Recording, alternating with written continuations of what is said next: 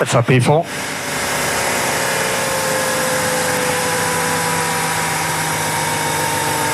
Wow. Yeah, something happened to my right front. I don't know what it is. And I lost a lot of front. Charge on. Copy it and look into it. And pick up, please. That was a solid race. Good job.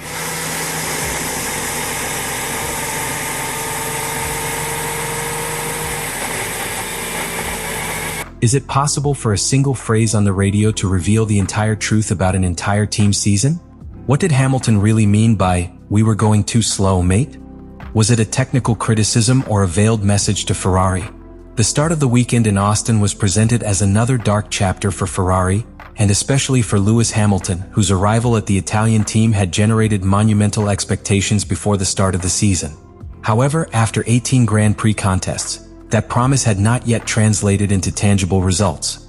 Not a single visit to the podium. 0 trophies. Just accumulated frustration. Friday started with a disastrous sprint quali. Hamilton was 8th, a long way from Verstappen, and even further from his own competitive standard. The car was not responding. The SF25 was erratic, unwieldy, and worse, unpredictable. Hamilton couldn't trust his rear end, nor find grip consistently. Every curve was a question mark. The distance of almost 9/10 from the best time was a direct blow to the spirit of the entire team.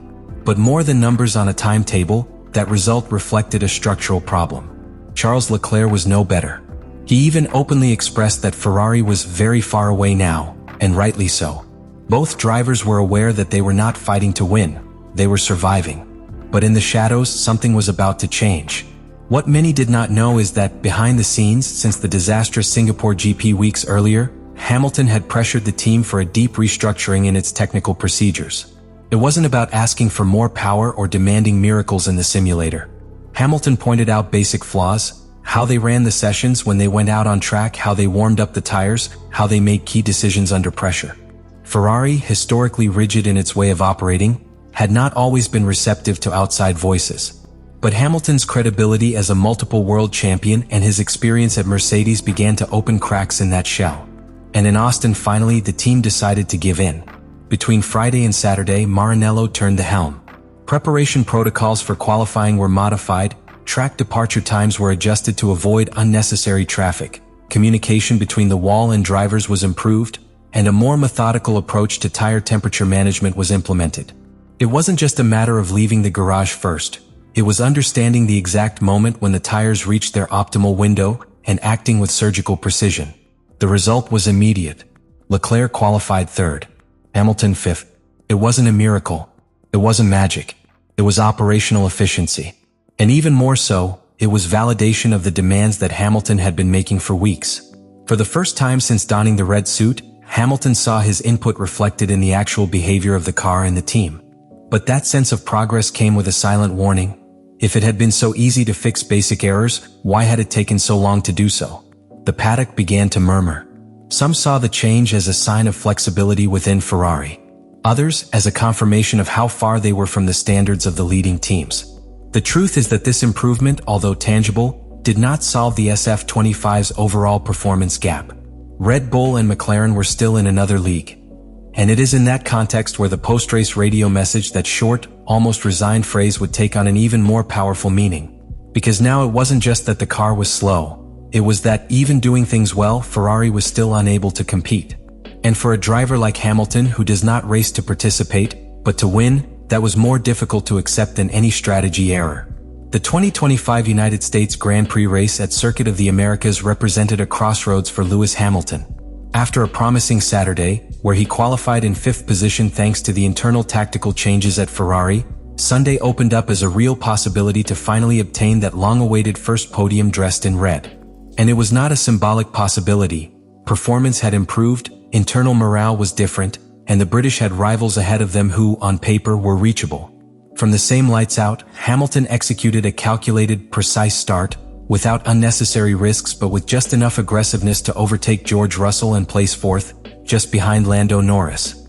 That advance was not only strategic, it was a direct message to Mercedes, who he identified as key rivals before the race. Hamilton knew that overtaking Russell was not only crucial in terms of positions, but also psychologically. It was to show that his transfer to Ferrari had not been in vain. The final stretch of the race confirmed it. With soft tires and a free track, Hamilton was not able to close any significant distance. Verstappen walked away without opposition. Norris maintained his position with solvency. Leclerc was beginning to lose pace more drastically. And Hamilton, despite being at the limit of his driving skills, saw the race frozen in a kind of balance that was impossible to break. When he crossed the finish line in 4th place, he did so like a driver who had already understood everything.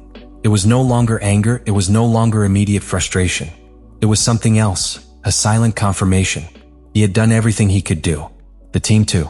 And even so, the machinery they had in their hands was not capable of aspiring to more. The radio message that would follow was not an impulsive reaction. It was a sentence. After crossing the finish line in 4th position, in what was officially his best result with Ferrari to date, Lewis Hamilton pressed the radio button and blurted out a phrase that at first glance seemed harmless. Without raising his tone, without drama, he simply said, "We were going so slow, mate. We were going very slow, mate." But that phrase, said in that tone and at that moment, was a missile straight to the heart of the narrative that Ferrari had been trying to build all weekend. Because it wasn't about pure speed. It was a truth that was impossible to hide. Ferrari had improved its procedures, it had executed cleanly, it had been disciplined. But the car was still far below what a driver like Hamilton needs to compete. The most shocking thing about this communication was not its literal content, but its subtext.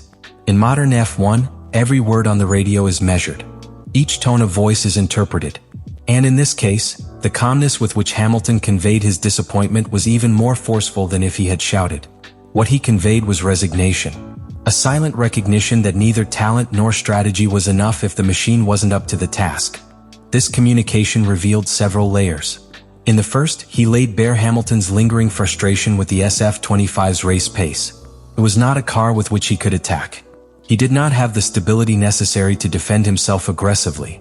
It didn't have traction to exit corners hard, nor the ability to maintain tire performance when tightening was required. But for Lewis Hamilton, that 4th place was simply insufficient. Because it wasn't about scoring points. It was about redemption. To regain prominence. To rewrite his history in a completely different environment than the one he had dominated for years at Mercedes. And beyond the result itself, what really hurts, what really resonates, is the fact that he gave his best version, and it still wasn't enough. The radio message was just the epilogue. The real story was written in each lap, in each attempt to cut back, in each moment in which, despite having a free track, he could not do anything against the pace of the McLaren and Red Bull. The car was not responding. The balance was not competitive. Insufficient traction. The degradation uncontrollable. The car was not there to win. And that is a truth that no operational adjustment can hide. And the most important thing is that Hamilton knows it. He doesn't need more races to realize that the challenge he took on by signing with Ferrari is much greater than he perhaps imagined. You may have underestimated how long it would take you to adjust. He may have believed that his experience would be enough to elevate the team from within in record time. But Austin was a reality check. What is needed here is not just leadership. A technical revolution is needed that, to this day, Ferrari still does not seem capable of executing with the forcefulness required by the current level of Formula One. And that tension between the driver's potential and the car's limitations is what weighs the most. Because Hamilton is not here to go through his last years in the category. He is here to leave his mark. To show that his greatness did not depend exclusively on Mercedes. That he could conquer with another team under other rules in another context. But that narrative cannot be sustained if Ferrari does not give it the necessary weapons. 4th place in Austin leaves a painful but necessary lesson. That even doing everything right, Ferrari still has nothing to win with. And for a competitor like Hamilton, who has built his career on excellence, strategic mediocrity, structural slowness and tactical resignation are not acceptable. Now the big question remains open. Will Ferrari be able to close the technical gap in the remainder of the year? Or are we facing a project that, although noble and brave, was born condemned to frustration? Because if Hamilton perceives that his effort does not translate into real evolution, history may go awry much sooner than expected. And that leads us to one last reflection. In Formula One, words on the radio can say more than 1,000 official statements. Hamilton's phrase, "We were going too slow, mate," was not a complaint. It was a sentence, and also a warning. Ferrari still has time to react. But the clock doesn't stop ticking. And Hamilton, who has delivered patience, commitment, and leadership, will not wait forever. Because the champions don't compete to save the season. They compete to win it. Let me know in the comments what you think about all this.